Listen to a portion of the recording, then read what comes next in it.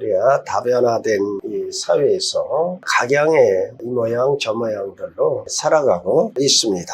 가장 최근에는 우리가 한 번도 경험해보지 못한 코로나19로 아주 혼란과 어려움을 겪어왔습니다. 더더군다나 대한민국 건국 이래 최초로 다시는 있어서는 아니 될 예배를 제한하는 그런 악한 일도 우리가 겪어왔습니다. 이제 온라인으로 예배 드리는 것이 습관화되어져서 아직도 교회에 예배당에 나와서 하나님께 예배를 드리지 않고 가정에서 온라인으로 그건 비상시에 어쩔 수 없는 경우. 또 이 사회에는 경제가 한 축이 꺼졌어요. 많은 소상공인들이 다 문을 닫은 일, 또 우크라이나와 러시아의 전쟁으로 말미암아서 가스값이 폭등하고 전기료가 폭등하고 하여간 엎친 데 덮친 격으로 상당히 힘들고 어려운 우리 인생이 살아가는 것이 참 힘들고 빡빡하고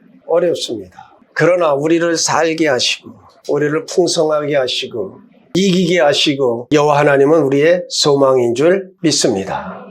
그러나 적지 않은 사람들이 이렇게 힘들고 어렵고 이 사회의 조류를 따라서 적지 않은 우리 크리스찬들이 듣기 편하고 위안을 주고 편하게 해주는 교회를 찾고 있는 것도 사실입니다.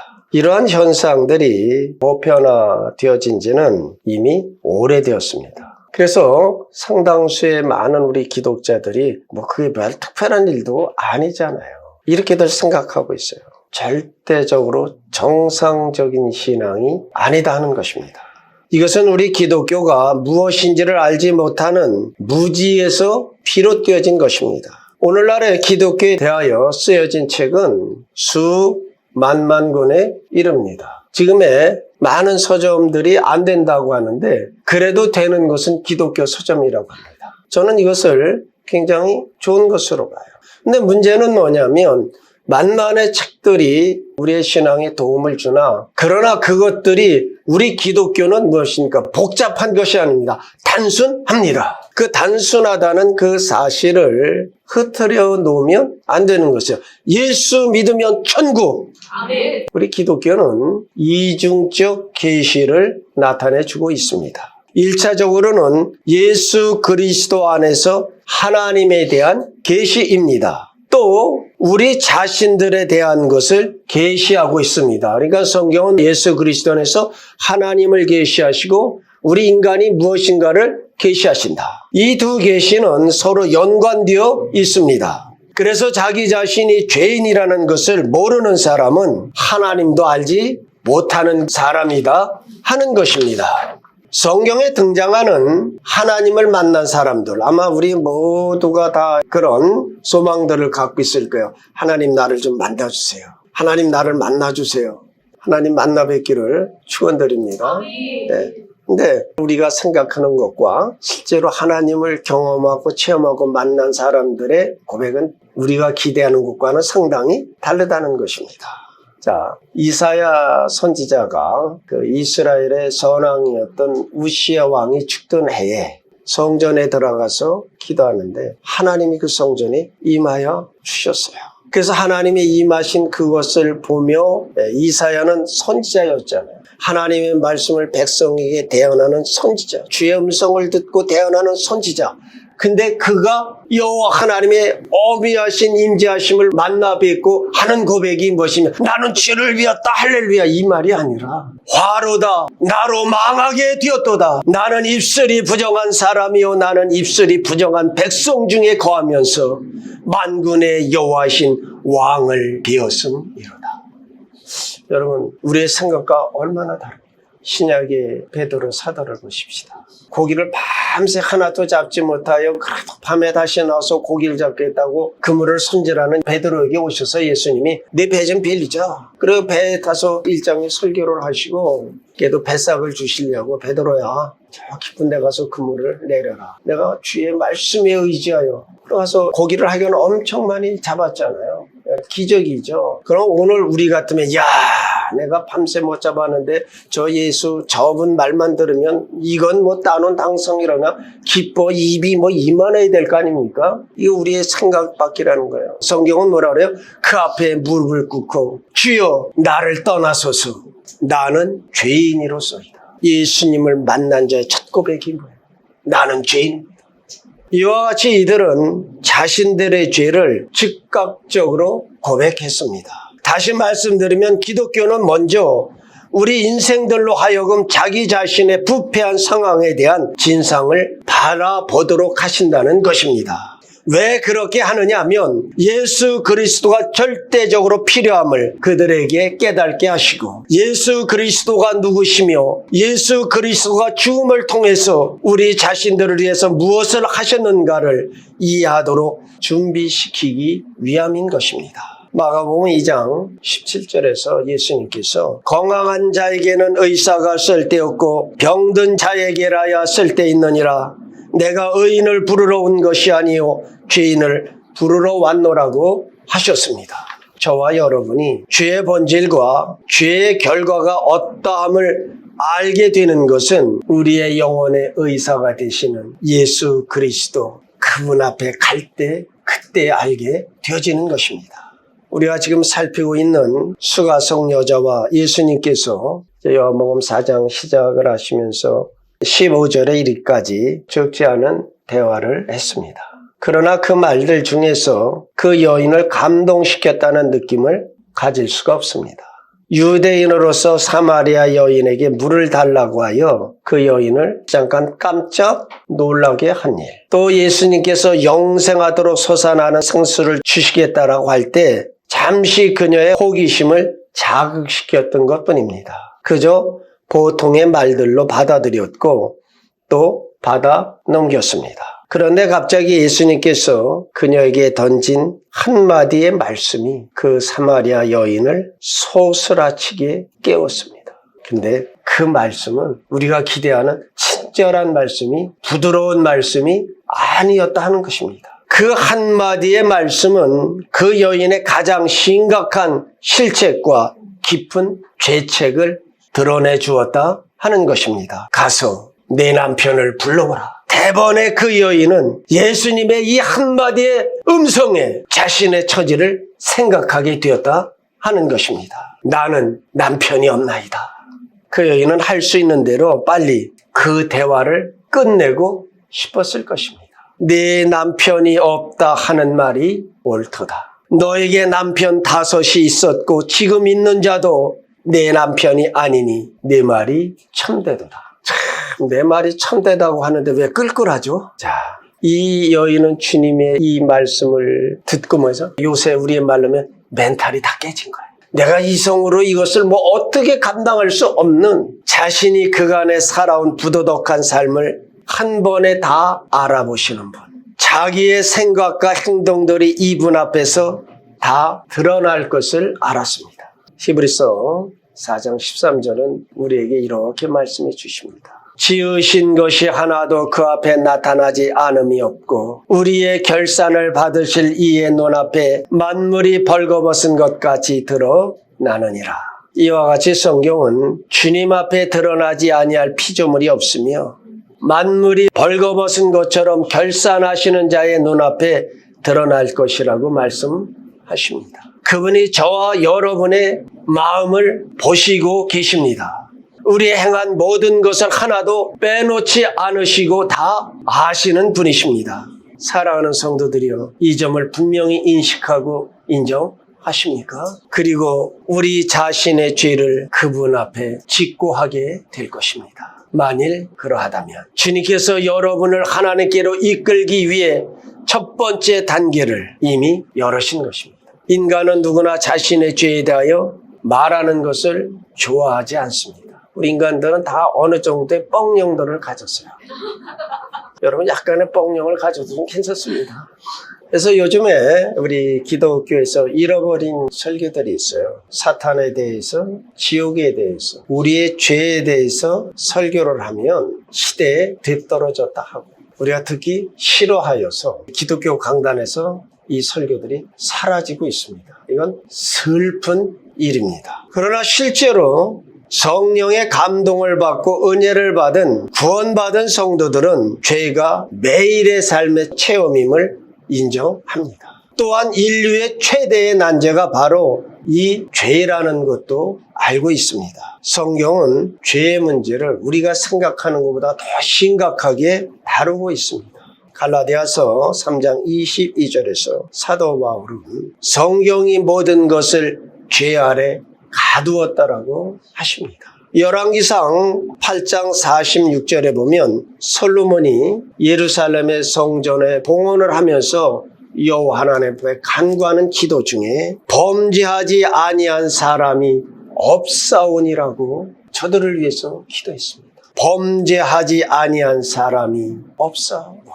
요한 1서 1장 10절에는 만일 우리가 범죄하지 아니하였다 하면 하나님을 거짓말하는 이로 만드는 것이니 또한 그의 말씀이 우리 속에 있지 아니하리라고 하셨습니다. 인간의 죄의 심각성을 로마서 1장과 2장에서 의사의 진단처럼 인간의 영적 질병을 진단하여 대면케 합니다. 그리하여 시대를 초월하여 모든 사람들은 치료할 수 없을 만큼 병들어 있고 주 예수 그리스도와 그의 속죄를 믿는 신앙이 아니고서는 어느 누구도 소망이 없다는 결론을 내려주고 있습니다. 로마서 1장과 2장에는 세 유형의 사람들이 있음을 말씀해 주십니다. 첫 번째 유형의 사람들은 쾌락주의자로 불리워지는 사람들입니다. 로마서 1장 18절로 32절에 그 사람들을 묘사해 주고 있습니다. 쾌락주의자는 자기 자신이 만든 기준들 위에 어느 기준도 인정하지 않습니다. 그러기에 그들은 자신을 즐겁게 하기 위해서 살아가기로 마음을 정하고 자기가 누릴 수 있는 즐거움이라면 어느 것이라도 취하려고 마음을 정한 사람들입니다. 이들이 어째서 죄인인가 하는 것입니다. 로마서 1장 21절로 23절을 보아드립니다. 하나님을 알되 하나님을 영화롭게도 아니하며 감사하지도 아니하고 오히려 그 생각이 허망하여지며 우리 중에 우리의 생각이 허망하지는 않습니까? 미련한 마음이 어두워졌나니 스스로 지혜 있다나 어리석게 되어 썩어지지 아니하는 하나님의 영광을 썩어질 사람과 새와 짐승과 기어다니는 동물의 모양의 우상으로 바꾸었느니라. 쾌락주의자들의 길은 허망한 망상의 특징을 가지며 생각이 어두워지며 실제로 어리석은 것을 지혜롭다 하며 결국 하나님을 경배하는 것을 사람을 기쁘게 하는 것으로 부패시켜 버리는 것을 특징으로 하고 있다는 것입니다. 그래서 성경은 이들을 향해 이렇게 말씀하십니다. 로마서 1장 18절입니다. 하나님의 진노가 불의로 진리를 막는 사람들의 모든 경건하지 않음과 불의에 대하여 하늘로부터 나타나나니 이들 위에 하나님의 진노가 부어진다 하는 것입니다. 엘리 제사장이 자기의 아들들에게 경고한 말씀을 제가 다시 경고합니다. 너희가 사람에게 죄를 지며 살 길이 있으나 너희가 여호와 하나님 앞에 범죄하면 누가 너희를 사하랴. 사랑하는 성도들이여, 하나님을 대면하며 하나님 앞에 정결하도록 힘쓰시기를 소원합니다. 두 번째 유형의 사람은 로마서 2장 1절로 16절에 언급되는 사람들입니다. 우리는 이 사람들을 그냥 정상적인 사람들이라고 부를 것입니다. 성경이 기록될 당시에 이들은 헬라의 철학자들이나 윤리 교사들일 것입니다. 지금 우리의 시대에는 윤리적인 기준은 가지고 있지만 예수 그리스도를 자기의 구주로 영접지 않은 사람들에게 해당되는 것입니다. 하나님께서는 이들을 왜 죄인이라고 판정하시느냐 하는 겁니다.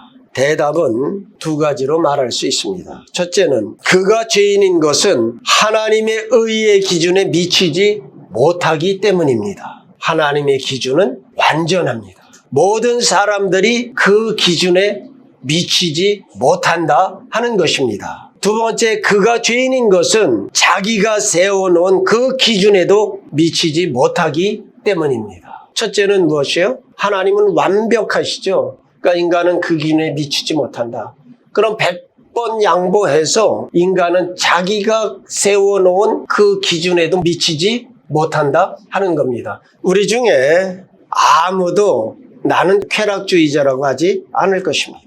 그렇게 생각도 하지 않습니다. 그래도 나는 저들보다는 훨씬 나은 도덕적인 사람이라고 생각을 합니다. 그렇다면 그 도덕성의 기준이 무엇이냐고 질문을 해본다면 많은 것들이 있겠으나 우리 기독자들은 나의 도덕성의 기준은 산상순이다 이렇게 할 수가 있어요. 아주 훌륭한 기준이라고 아니할 수가 없습니다. 그런데 문제는 그 기준에 맞추어 살고 있느냐 하는 것입니다. 예수님의 선상설교 중에 이런 말씀이 있죠. 그러므로 하늘에 계신 너희 아버지의 온전하신 것 같이 너희도 온전하라. 여러분, 온전하십니까? 당연히 온전치 못합니다. 그러므로 자신이 선택한 기준으로 말미암아 정죄받고 있는 것입니다. 세 번째 유형은 로마서 2장 17절로 29절에 기록되어 있습니다. 이 사람들은 지금 살핀 두 가지 유형을 인정하면서도 종교를 믿는 자기 신앙을 유지함으로써 그 결론을 피해보려고 하는 그런 사람들입니다. 그들은 이렇게 말합니다. 난 세례 받았어. 매 주일 내가 그래도 교회에 나가서 예배 드린다니까. 참 귀한 일들입니다. 그러나 성경은 그러할지라도 너는 여전히 죄인이라고 하십니다. 왜 죄인입니까? 하나님께서는 마음의 변화를 포함한 완전함을 요구하시는데 종교의 외적인 활동들로는 그 어느 것도 하나님이 요구하시는 완전함에 대하여 아무런 일도 해낼 수 없기 때문입니다. 로마서 3장 10절로 12절에 의인은 없나니 하나도 없으며 깨닫는 자도 없고 하나님을 찾는 자도 없고 다 치우쳐 함께 무익하게 되고 선을 행하는 자가 없나니 하나도 없도다. 우리 인간 실상에 대한 성경의 선언입니다. 그러나 성경은 여기서 끝나는 것이 아니다 하는 것입니다. 로마서 3장 24절로 26절입니다. 그리스도 예수 안에 있는 속량으로 말미암아 하나님의 은혜로 값없이 의롭다 하심을 얻은 자 되었느니라. 곧 이때 자기의 의로우심을 나타내사 자기도 의로우시며 또한 예수를 믿는 자를 의롭다 하려 하심이라. 할렐루야. 우리는 값없이 예수 그리스도의 속량함으로 우리는 의인이 되어진 것입니다. 그래서 하나님의 사랑을 그러함에도 불구하고의 사랑인 것입니다.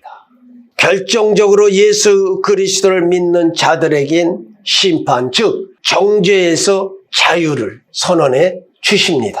로마서 8장 1절에 그러므로 이제 그리스도 예수 안에 있는 자에게는 결코 정죄함이 없나니 이렇게 정죄에서의 자유를 선언하여도 사탄의 정죄감에 빠지는 성도들이 있기 마련입니다. 이들을 위해서 사마리아 여인에게 하신 주님의 말씀을 다시 상기하며 오늘 말씀을 마치도록 하겠습니다. 가서 남편을 불러오라. 이 말씀은 그녀의 죄악성을 드러내시기 위한 시도였다 하는 것입니다. 가서 내 남편을 부르라. 그녀의 양심을 위해 하신 말씀이십니다. 그리고 다시 오라. 그것은 그녀의 마음을 위한 말씀이셨습니다. 같은 방식으로 오늘 우리에게 동일하게 말씀하십니다. 우리는 우리의 처해진 상황의 진상을 대면해야 합니다. 우리의 실상을 왜곡하고 피하려는 것이 아니라 바르게 대면하고 주님을 바라보십시오.